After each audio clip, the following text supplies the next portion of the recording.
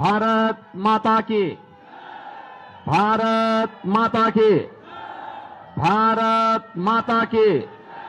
नमः पार्वती पतिये हर हर। बिजली महादेव और हिंडम्बा माता के इस पावन धरा को कोटि कोटि नमन करते हुए आप सभी मंडी संसदीय क्षेत्र से जुड़े हुए कुल्लू वासियों का मैं हृदय से स्वागत करता हूं, अभिनंदन करता हूं। मंच पर उपस्थित हिमाचल प्रदेश के पूर्व मुख्यमंत्री सम्मान्य श्री जयराम ठाकुर जी, प्रदेश अध्यक्ष डॉक्टर राजीव बिंदल जी, मंडी संसदीय क्षेत्र से भारतीय जनता पार्टी की लोकप्रिय प्रत्याशी, भारतीय फिल्म जगत की बेहतरीन कलाकार सुश्री कंगना रनौत जी, पूर्व मंत्री और प्रदेश उपाध्यक्ष श्री गोविंद ठाकुर जी, माननीय विधायक श्री सुरेंद्र सौरी जी, पूर्व सांसद जिनके साथ मुझे भी संसद में कई बार रहने का अवसर प्राप्त हुआ, ऐसे श्री राजा महेश्वर सिंह जी, पूर्व प्रत्याशी कुल्लू श्री नरोत्तम ठाकुर जी, जिलाध्यक्ष कुल्लू श्री अरविंद चंदेल जी, महिला आयोग की पूर्व अध्यक्ष श्रीमती धनेश्वरी ठाकुर जी, पूज्य संत महामंडलेश्वर स्वामी राम शरण जी महाराज, मंच पर उपस्थित भारतीय जनता पार्टी के हमारे सभी पदाधिकारीगण और भारी संख्या में कुल्लू में उपस्थित मेरे सभी उपस्थित बहनों और भाइयों, देवभूमि और वीरभूमि दोनों को कोटि कोटि नमन करते हुए मैं आपका अभिनंदन करता हूं। बहनों और भाइयों, आप कितने सौभाग्यशाली हैं कि चुनाव के दौरान कितना सुहावना मौसम है। पिछले 3 महीने से हम लोग मैदान में गर्मी से झुलस रहे हैं। कल दिल्ली का टेम्परेचर 52 डिग्री था। कल गोरखपुर में 48 डिग्री टेम्परेचर था। और जब यहां पर मैं आया तो मुझे बड़ी राहत महसूस हुई। मुझे एहसास हुआ कि वास्तव में देवभूमि हमारा हिमाचल प्रदेश क्यों कही जाती है। यद्यपि मेरा जन्म भी पहाड़ों में ही हुआ है, लेकिन ये तो प्रकृति और परमात्मा का एक संजोग होता है कि हम लोग चलते चलते फिर कहीं और निकलते हुए आज मुझे उत्तर प्रदेश में सेवा का अवसर प्राप्त हुआ है। जब मुझे बताया गया कि मुझे हिमाचल प्रदेश में प्रचार के लिए जाना है, मैंने कहा कंगना जी के लिए तो जरूर जाऊंगा। और इसलिए जाऊंगा कि हिमाचल की इस लड़की ने, देखिए, उसमें मीराबाई की भक्ति है,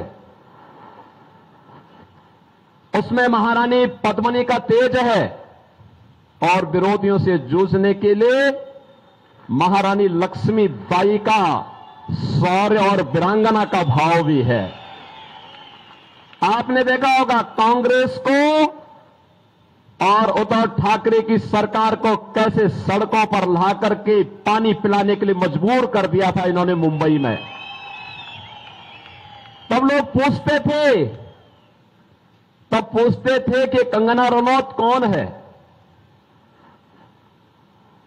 तब यहां से जयराम ठाकुर जी का बयान आया था, कहा कि हमारी यहां की बेटी है और अगर कोई कुछ बाल बांका भी करेगा यहां की दूर भूमि खड़ी हो जाएगी।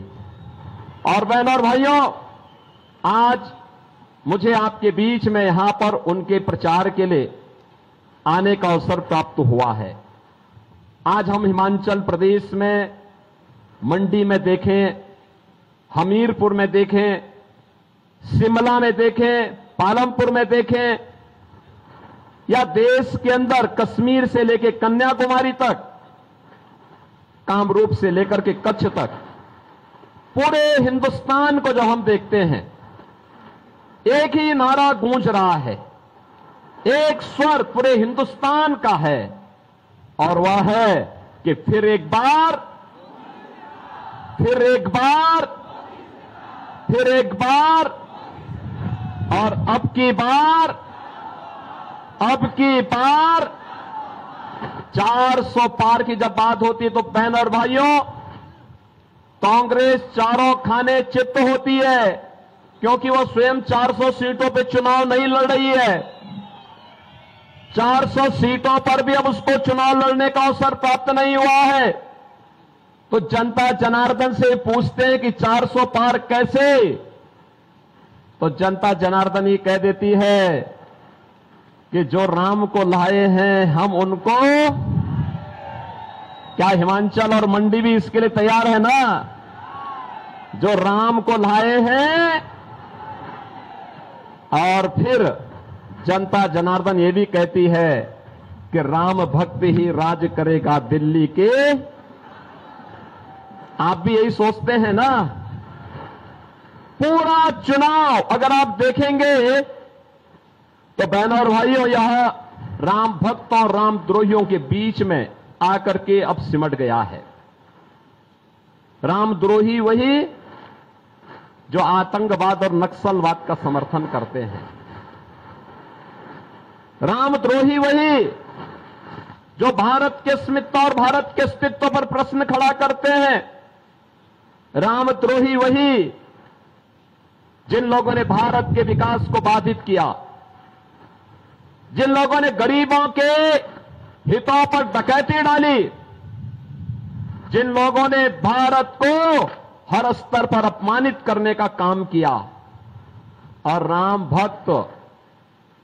भक्त वही जिसके लिए भारत का हित सर्वोपरि है।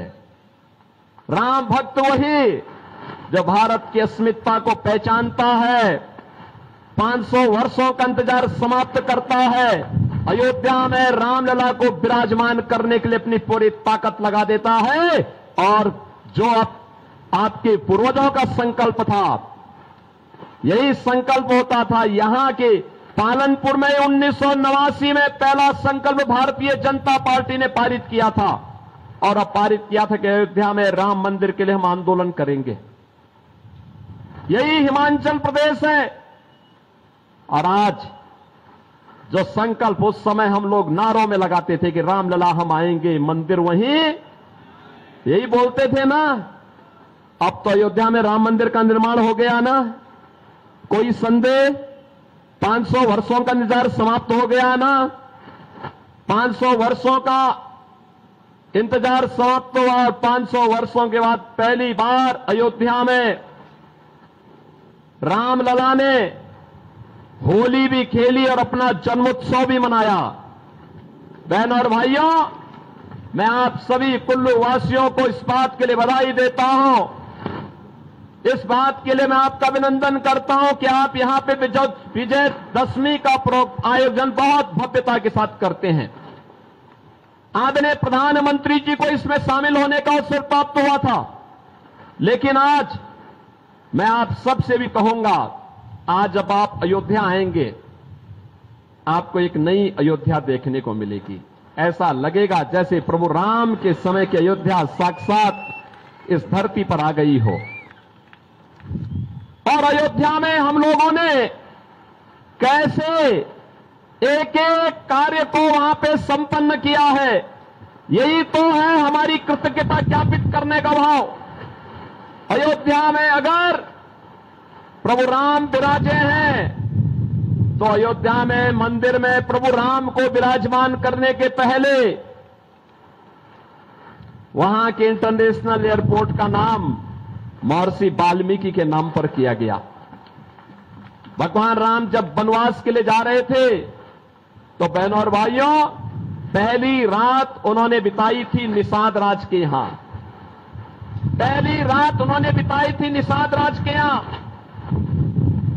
अयोध्या में जितने भी रेल बसेरा और यात्री विश्रामालय हैं, वहां है निषाद राज के नाम पर।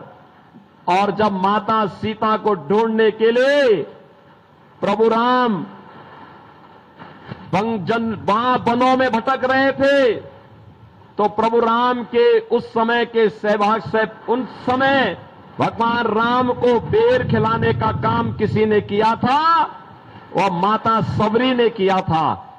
जितने भी भोजनालय हैं, उन भोजनालय का नाम माता सबरी के नाम पर रखने का काम भी किया गया है अयोध्या धाम में, अगर आप आएंगे तो। और इसीलिए मैं आज आपसे कहने के लिए आया हूं, काशी में आप जाएंगे, काशी विश्वनाथ धाम, अयोध्या में आप आएंगे, श्री राम जन्मभूमि पर भगवान राम का भव्य मंदिर का निर्माण, और अयोध्या और काशी का जब काम हो चुका है तो हम तो अब तैयारी कर रहे हैं मथुरा की तरफ जाने की। बहनों और भाइयों, हम भारत के अस्मिता और अस्तित्व के साथ खिलवाड़ करने वाले लोग नहीं हैं। हम तो भारत को भारतीयता के रूप में पहचानने वाले, भारत की अस्मिता और अस्तित्व के लिए जो आवश्यक होगा उस प्रकार का कदम उठाने में हमें कोई संकोच नहीं। और आपने बदलते हुए भारत को देखा है 10 वर्ष में, मोदी जी के नेतृत्व में बदलते हुए भारत को, एक ऐसा भारत आज जो एक भारत भी है और श्रेष्ठ भारत भी है। दुनिया के अंदर सम्मान बढ़ा है, देश की सीमाएं सुरक्षित हुई हैं।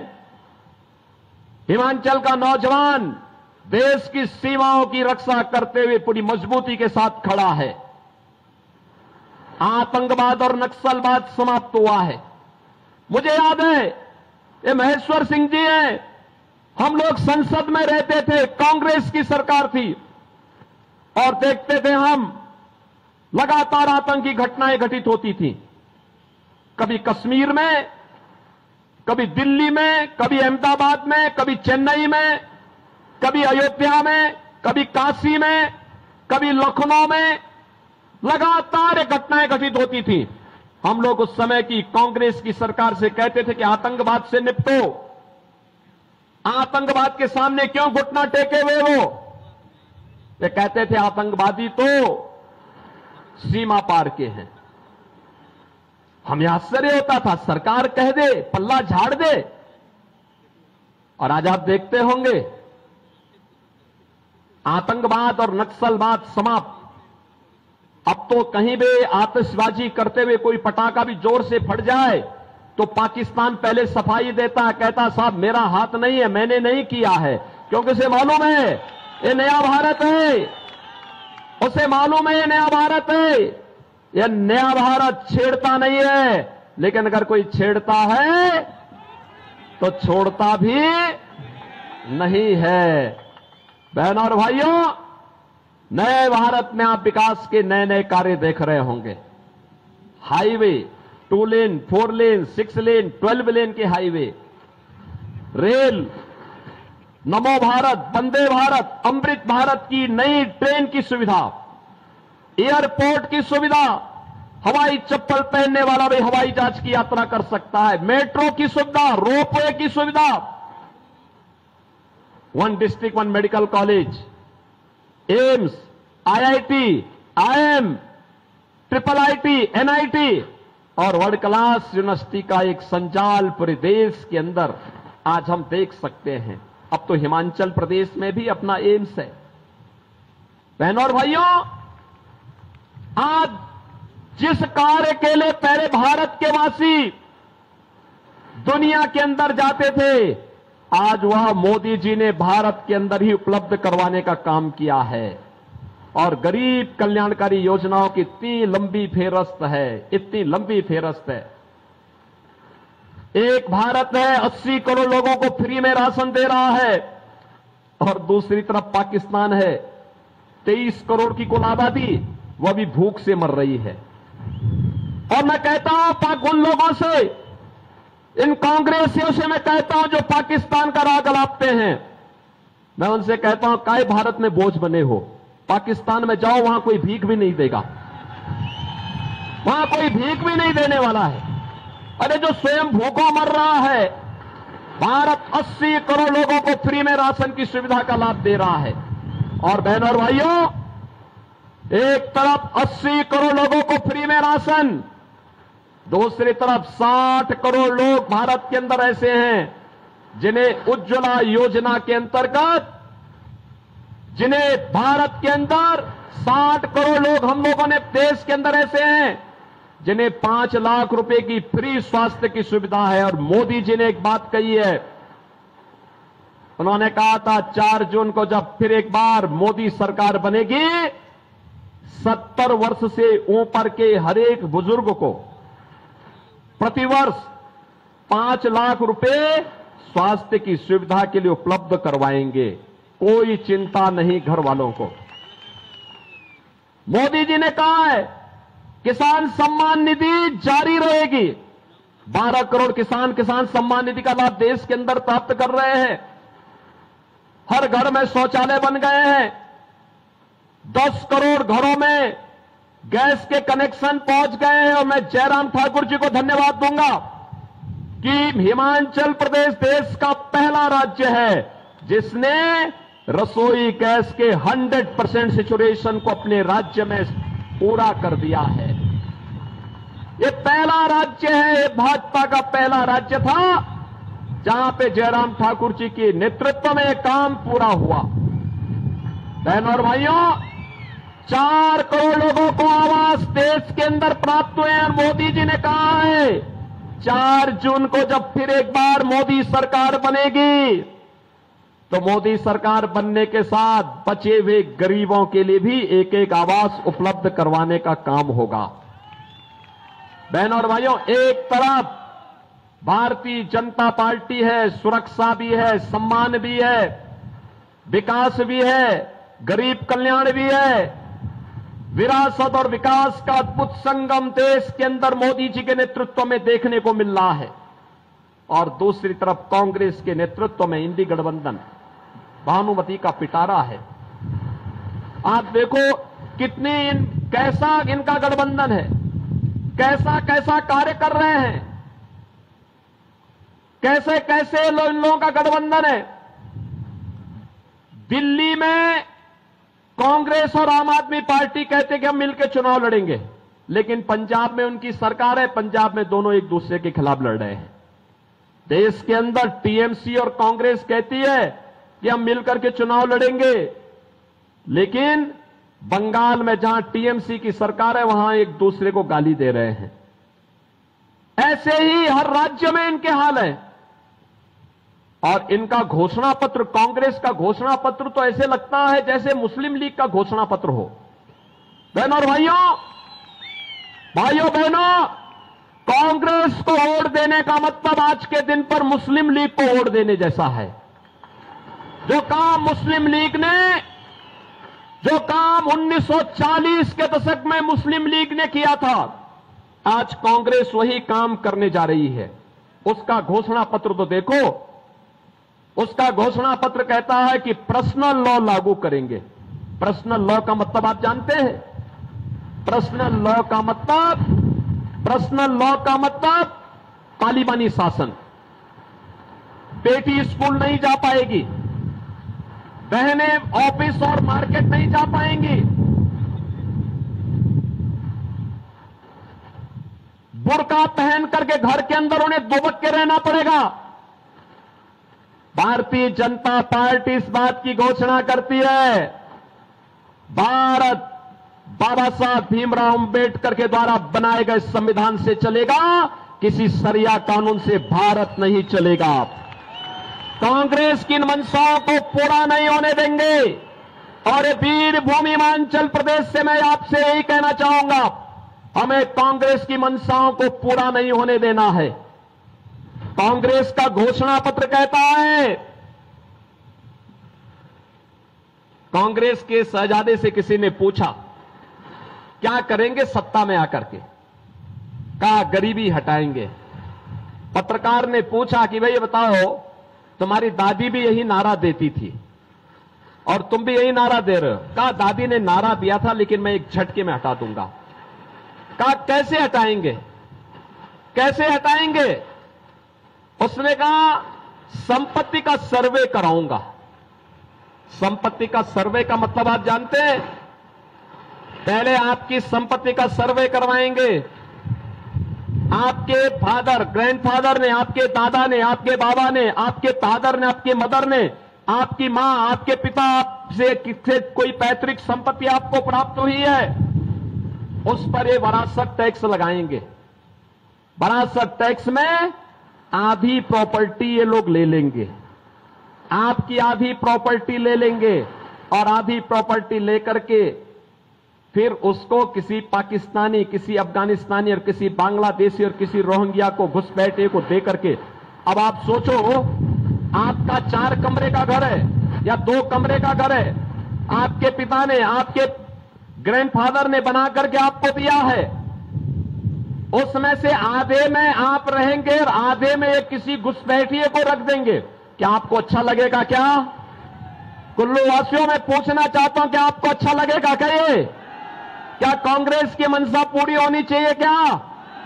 और मैं इसीलिए कहता हूं, इनका ये वरासत टैक्स जजिया कर है, औरंगजेब का जजिया कर। औरंगजेब की आत्मा एक कांग्रेस के अंदर घुस चुकी है। औरंगजेब मुगलों का सबसे क्रूर बादशाह था। औरंगजेब, बहन और भाइयों, कोई मुसलमान भी, कोई शरीफ मुसलमान भी अपने पुत्र का नाम औरंगजेब नहीं रखता है, क्योंकि औरंगजेब ने पहले अपने भाई की हत्या की, फिर अपने बाप शाहजहां को उसने जेल के अंदर कैद कर दिया था। और कैद करने के बाद शाहजहां ने कहा है, शाहजहां की जीवनी अगर आप पढ़ेंगे, शाहजहां ने, अगर आप खुदा पख्त लाइब्रेरी पटना कभी आपको जाने का अवसर प्राप्त हो तो वहां जाइए, शाहजहां और औरंगजेब के बारे में पढ़िए। शाहजहां कहता है कि दुष्ट औरंगजेब, तुझ जैसा कमबख्त पुत्र कभी किसी को पैदा न हो। तूने जीते जी मुझे एक एक बूंद पानी के लिए तरसाया है, और तुझसे अच्छे तो हिंदू हैं जो अपने बड़े बुजुर्गों का सम्मान करते हैं और मरने के बाद भी उनको श्राद्ध और पितरों को जल दे करके उनकी तृप्ति करते हैं। बहनों और भाइयों, जिस औरंगजेब के बारे में उसका बाप ये कहता हो, उस औरंगजेब की आत्मा एक कांग्रेस के अंदर घुस चुकी है। और इसीलिए मैं आपसे कहने के लिए आया हूं, स्वतंत्र भारत में अब किसी औरंगजेब को पैदा मत होने दीजिए। ये औरंगजेब है जिसने काशी में भगवान विश्वनाथ का मंदिर तोड़ा था। यही औरंगजेब है जिसने मथुरा में भगवान कृष्ण की जन्मभूमि पर मस्जिद का निर्माण कर दिया था।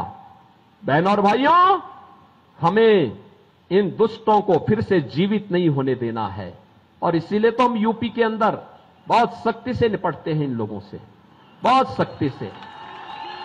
आपने देखा होगा, आज तो मैं जब हिमाचल आता हूं तो हिमाचल का ट्रांसपोर्टर मेरे पास आता है, कहता साहब जब से आपकी सरकार आई है, बीजेपी की सरकार आई है, हम बड़े सुकून से यूपी के अंदर जाते हैं। मैंने कहा कैसे? कहा साहब आज वहां कोई परेशानी नहीं, कोई लूटपाट नहीं, कोई पैसा हमसे नहीं मांगता। लेकिन दूसरी तरफ वहां पे ये औरंगजेब को अपना आदर्श मानने वाले जितने बड़े बड़े माफिया थे, इन माफिया को हमने एकदम ठीक करने का काम किया है। बहनों और भाइयों, हमारा संकल्प था कि अयोध्या में रामलला का भव्य मंदिर बनाएंगे, वह संकल्प भी पूरा हुआ। और हमारा संकल्प था कि उत्तर प्रदेश को माफिया मुक्त करके इनको मिट्टी में मिलाने का काम करेंगे। बहनों और भाइयों, आज आप देखते होंगे उत्तर प्रदेश में कोई माफिया नहीं बचा है, कोई नहीं बचा है। आपने 7 वर्ष में यूपी में कोई दंगे का नाम सुना? अब नहीं होता दंगा, कोई कर्फ्यू नहीं, कोई दंगा नहीं, बेटी और व्यापारी की सुरक्षा पे कोई खतरा नहीं। हर ओर खुशहाली है, विकास के पथ पर तेजी के साथ आगे बढ़ रहा है यूपी। और इसलिए क्योंकि हमने कहा वे जिसको औरंगजेब प्यारे है तो उसकी कब्र में ही जाओ, तुम्हें वहीं दफना देते हैं। और बहनों और भाइयों, आज यूपी में सब चंगा है, बहुत अच्छा है, कोई दिक्कत नहीं। और मैं आपसे यही अपील करने के लिए आया हूं, कांग्रेस भटक चुकी है, पूरी तरह अपने रास्ते से भटक चुकी है। मुस्लिम लीग का एक नया संस्करण के रूप में अपने आप को स्थापित कर चुकी है। और इसलिए बहनों और भाइयों, किसी बहकावे में नहीं आना है। यहां पे देखिए, आपने भारतीय जनता पार्टी ने आपके बीच में प्रत्याशी बना करके सुश्री कंगना रनौत जी को आपके पास भेजा है। देखिए, उनके पास प्रतिभा है, कार्य करने की क्षमता है, उनके पास कला भी है, और कला के माध्यम से इस मंडी संसदीय क्षेत्र को कैसे चमकाना है, कैसे आगे बढ़ाना है, ये विकास के कार्य करने की एक जज्बा भी है, कार्य करने का, आगे बढ़ने का एक उनके पास क्षमता भी है, और जज्बे को आगे बढ़ाने की सामर्थ्य भी है। आपने उनकी सामर्थ्य को देखा होगा। आप सोचिए, इस पहाड़ से निकल करके अपने बल पर, अपने दम पर, अपने संघर्षों के बल पर जिन्होंने भारतीय सिने जगत में अपना एक स्थान बनाया हो। और अब मुझे पता लगा, इन्होंने बीच में एक फिल्म में जयललिता का रोल किया था, बहुत शानदार रोल था इनका। आप कभी उनकी उस फिल्म को देखेंगे तो ऐसे लगता, मैं कहता था भी ये लड़की जयललिता का रोल, मुख्यमंत्री के रोल को कैसे कर देगी, लेकिन बहुत शानदार रोल उनका उस समय था। और अब मैं कह सकता हूं कि बहनों और भाइयों, जब वो चुनाव लड़ने के लिए मंडी में आई है तो कुल्लू वासियों की जिम्मेदारी बनती है, कुल्लू वासियों की जिम्मेदारी बनती है कि उनकी सामर्थ्य को, उनकी शक्ति का उपयोग करें, उन्हें अपना सांसद बना करके भेजें। देश की संसद में, देश के अंदर जो पूरी आवाज, एक स्वर पूरे देश के अंदर है कि फिर एक बार मोदी सरकार, और अब की बार 400 पार। तो 400 पार में मंडी समेत हिमाचल की चारों सीटें आएंगी, आएंगी। दोनों हाथ पाकर मुझे आश्वस्त करिए। आज चुनाव प्रचार का अंतिम दिन है। आज सायकाल प्रचार बंद होगा, कल केवल घर घर संपर्क कर पाएंगे आप दोनों हाथ पाकर के मुझे थोड़ा आश्वस्त करिए। करेंगे, जिता के भेजेंगे। लेकिन इसके लिए सभा के बाद और कल एक दिन का समय मिलेगा। क्या आप में से हर व्यक्ति 10-10 घर में जाकर के जनसंपर्क कर पाएगा? कर पाएगा? और परसों उन सबको मतदान केंद्र में ले जाके मतदान करवा देगा, करवाएगा? बहनों और भाइयों, मैं आपको कंगना जी से भी कहूंगा, यहां के सभी विधायकों से भी कहूंगा, चुनाव के बाद एक बार अयोध्या का दर्शन करने के लिए आए। इन सब लोगों को अयोध्या का दर्शन कराने के लिए लेके आए। कितने लोग अयोध्या दर्शन करने के इच्छुक हैं? पूरा कुल्लू ही दर्शन करना चाहता है। आप आ जाएंगे तो मैं सारी व्यवस्था अयोध्या में कर दूंगा। अयोध्या में सारी व्यवस्था की जिम्मेदारी हमारी। सहमत हैं? कमल खिलेगा।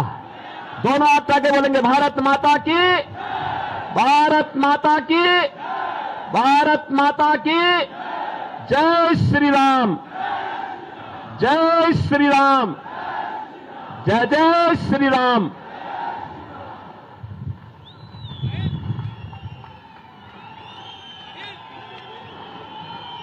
बहुत बहुत धन्यवाद।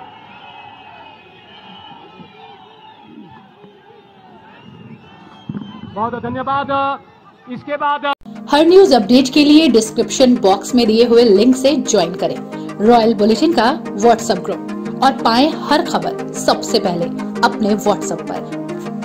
अपने आसपास की खबरों के लिए सब्सक्राइब करें रॉयल बुलेटिन और इस वीडियो पर कमेंट के जरिए अपनी राय देना ना भूलें।